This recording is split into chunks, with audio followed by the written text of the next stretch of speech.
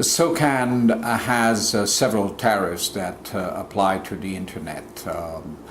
For instance, on music sites, for instance, that provide music on demand or downloads, for instance.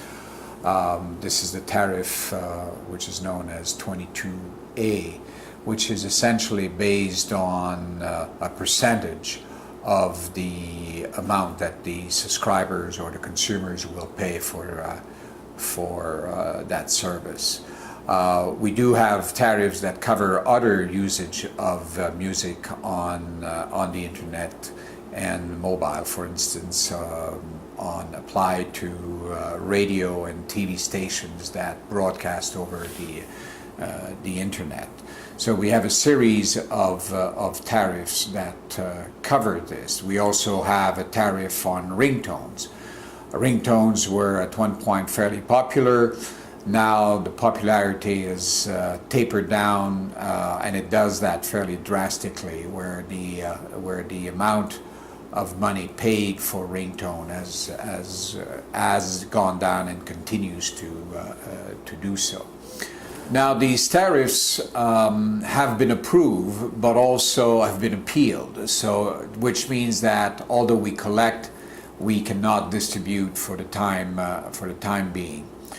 Much of the revenues that SOCAN has received come from the music online services. I'd say about 90% of the money that we've collected come from that source.